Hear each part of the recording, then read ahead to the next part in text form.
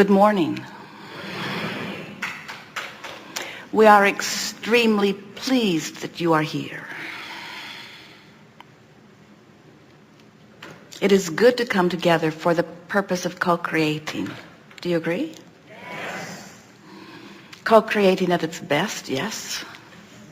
We see you have dragged your physical bodies here.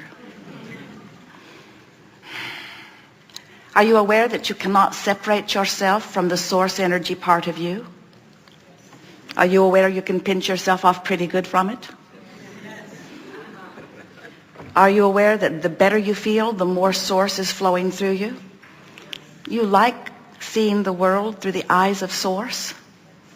So you think it's a good idea to deliberately tune your human, physical, leading edge, vibrational personality to attune to the vibration of your source? We think so too.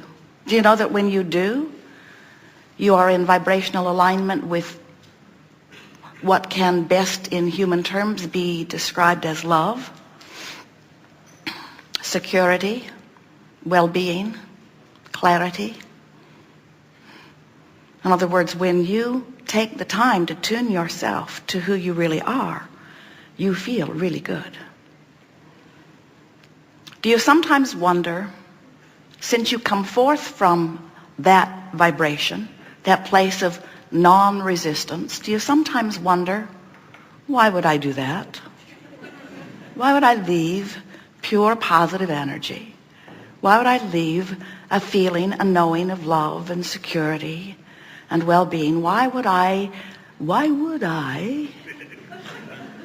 come forth and expose myself to contrast, to conflict, to unwanted things? What was I thinking?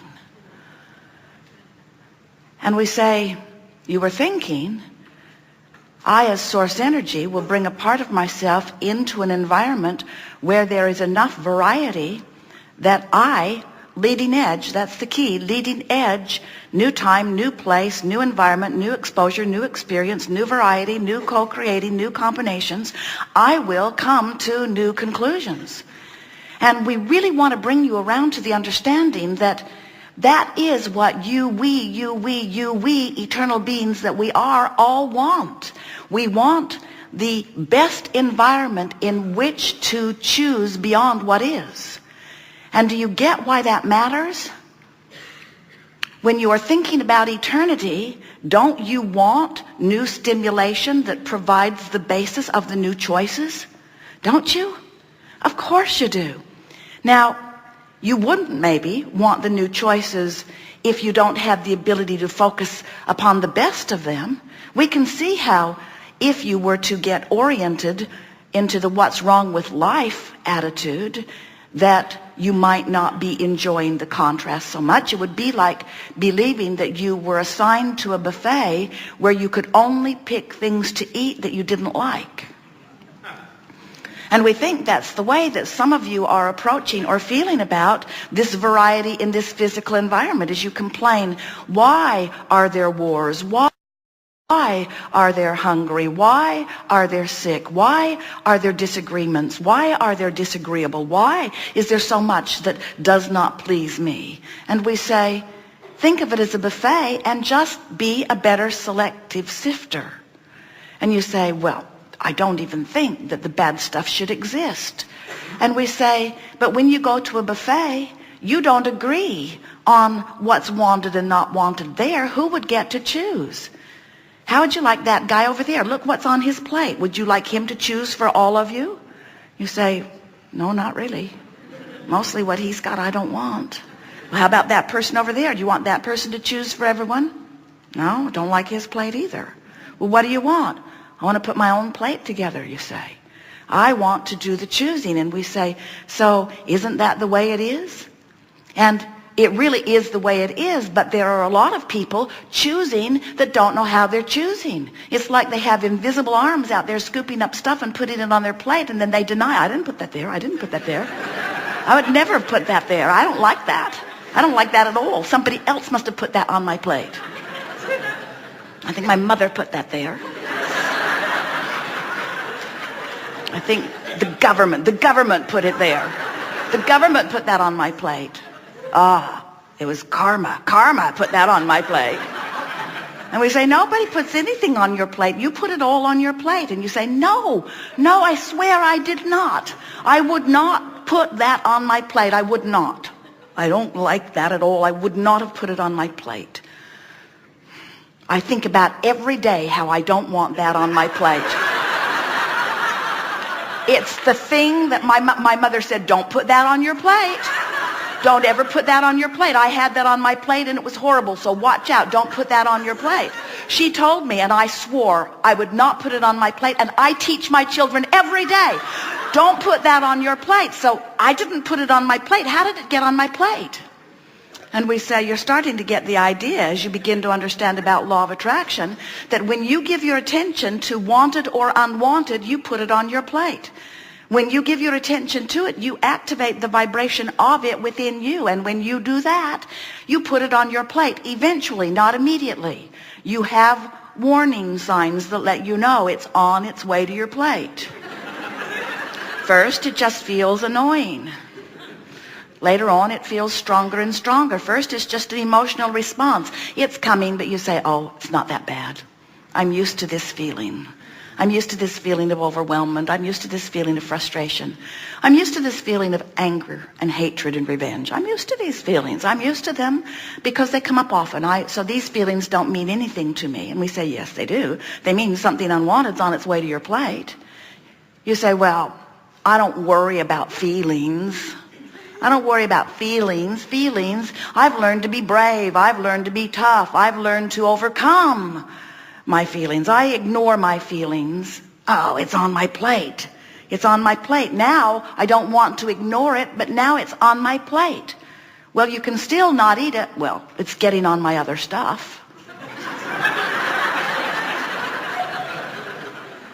It's seeping into all of my stuff. I didn't want it on my plate. I said I didn't want it on my plate. And here it is on my plate. And we say, first, there's an emotional indicator that something unwanted is coming. But if you ignore that, don't worry, it will get bigger. Because law of attraction does not cease to respond to vibration.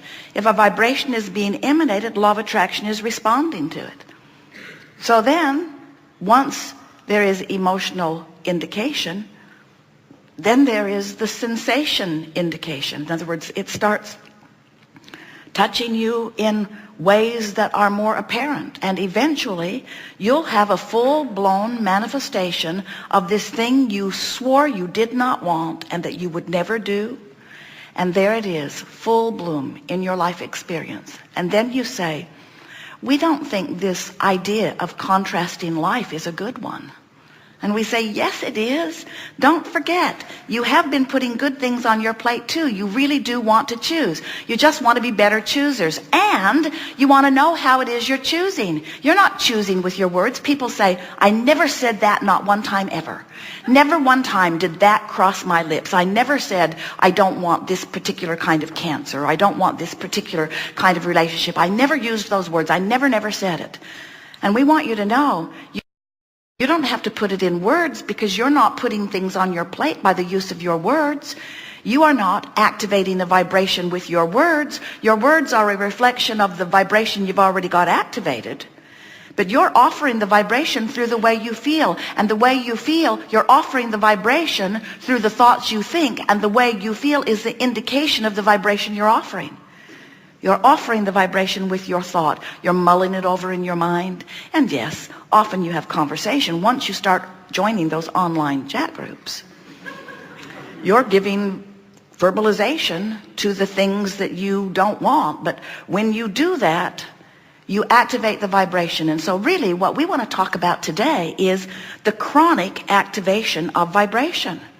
We want you to know that the source within you, do you get it? That the larger part of you, the energy from which you came, the God force source energy part of you that existed before you were born into this body, still exists even while you're in this body.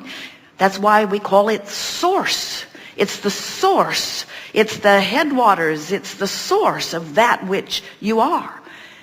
And it is alive and well and eternal and always flowing to you. And do you know what the chronic vibration of source is? The chronic thought, the chronic beingness is one of well-being, one of love, one of appreciation, one of eagerness, one of joy. So when you find some reason to focus in some way where you are not a vibrational match to that, you feel the discord. That's why there is the allowing. That means you, through your thoughts that you're choosing, allowing a match, a consensus, a harmony with the source that you really are. There is the allowing of the fullness of who you are to flow through you in this moment, or there is the disallowing or the resistance. And when you're allowing, or the closer to allowing you become, the better you feel.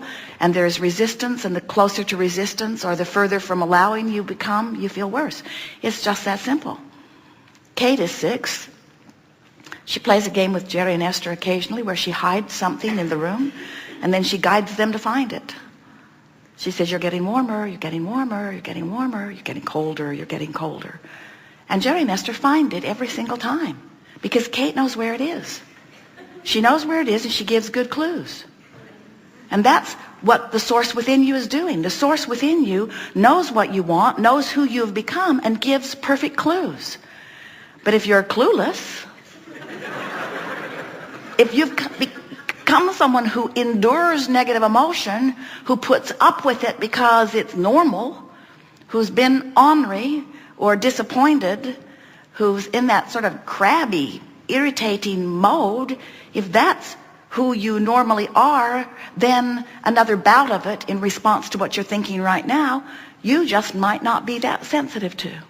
So the first thing that we and many other teachers do when we're wanting to assist you in remembering who you are and living life the way you intended and fulfilling your reason for being and having the joyous life you came to live, we teach you meditation. Because if in meditation you're able to focus upon something not very important, like the dripping of a faucet or the sound of your own breathing or the flickering of a candle flame, if you can put your attention upon something and give your undivided attention to this rather inactive thought, what will happen is you will deactivate, by virtue of activating something else, troublesome, irritating, resistant thoughts. And when you do that, the vibration of your physical being rises to match the vibration of your source energy being, which means you in that moment are able to experience life through the perception of source.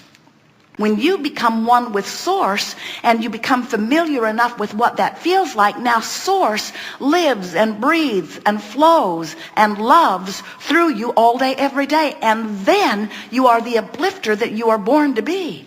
Then when you interact with someone, they feel better for the conversation. Then when you interact with someone, you see them as they really are, not as they are temporarily being. Then when you tune in to the vibration that is your source, then, and we have to say to you lovingly, only then do you even begin to be the being that you came forth to be.